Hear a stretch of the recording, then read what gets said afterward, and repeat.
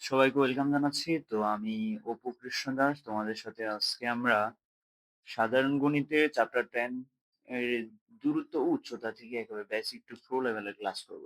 আমরা এই অধ্যায়টার একেবারে বেসিক থেকে শুরু করে আমরা এক্সাম্পল, উদাহরণ বলো, বইয়ের ম্যাথ বলো, সৃজনশীল বলো সবকিছু একসাথে সলভ করব। তো আমরা আজকের লেকচার 1 এ আমরা উলম্ব তল, তারপর হচ্ছে উর্ধ্বরেখা, ভূরেখা, উন্নতি কোণ এবং অবনতি কোণ এই 5টা জিনিস সম্বন্ধে তোমাদেরকে বেসিক ধারণা দেওয়ার চেষ্টা করব। তো চলো দেরি না করে ক্লাসটা শুরু করছি। তোমরা মনোযোগ সহকারে আমাদের যে বেসিক টু প্রো লেভেলের ক্লাসগুলো আছে এগুলো দেখবা। যে 27 হোক বা 28 হোক, তুমি ক্লাসগুলো মনোযোগ সহকারে দেখলে তুমি এখান থেকে ভালো একটা আউটপুট পাবা। তো চলো শুরু করছি। ফার্স্ট অফ অল, আমাদের চ্যাপ্টার নাম কিন্তু হচ্ছে দূরত্ব ও উচ্চতা। তো এখানে আমাদের দূরত্ব উচ্চতা এগুলো নিয়ে অনেক কথাবার্তা থাকবে, অনেক ম্যাথ থাকবে। তো এইসব বিষয় বোঝার আগে তোমাকে কিছু জিনিস জানতে হবে।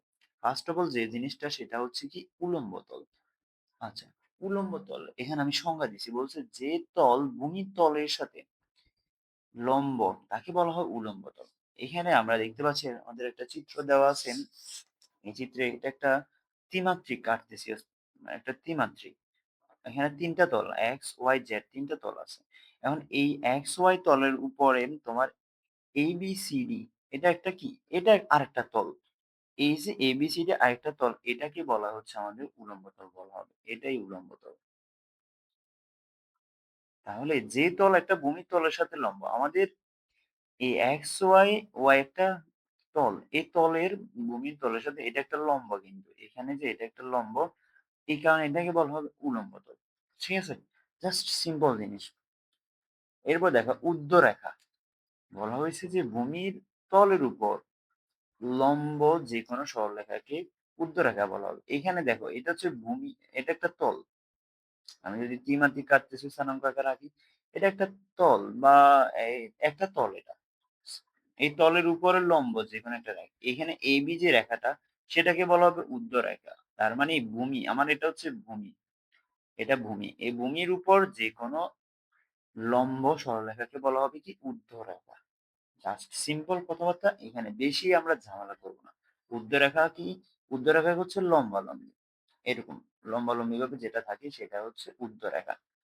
এরপর আসো ভূরেখা, বলা হয়েছে যে ভূমির তলে অবস্থিত।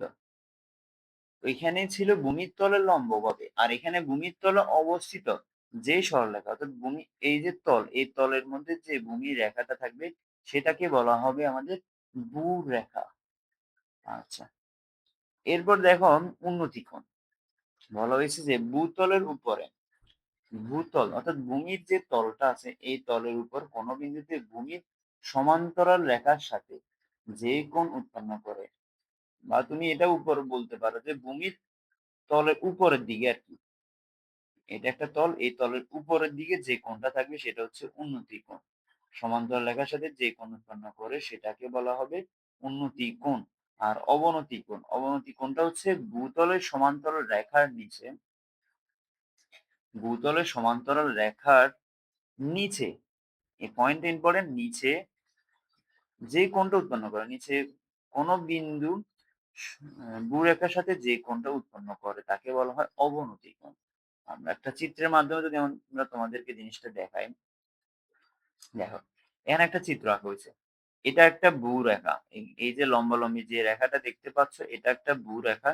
এই ভূরেখার উপরের দিকের যে কোণটা সেটাকে বলা হবে উন্নতি কোণ, আর নিচের দিকে যে কোণটা সেটাকে বলা হবে অবনতি কোণ। এই যে উন্নতি আর অবনতি কোণ শিখলাম, তারপর হচ্ছে আমাদের এই ভূরেখা শিখলাম, এরপরে উলম্ব তল, উর্ধ্বরেখা শিখলাম। এই যে জিনিসপাতিগুলো এগুলো আমাদের বেসিক ধারণা।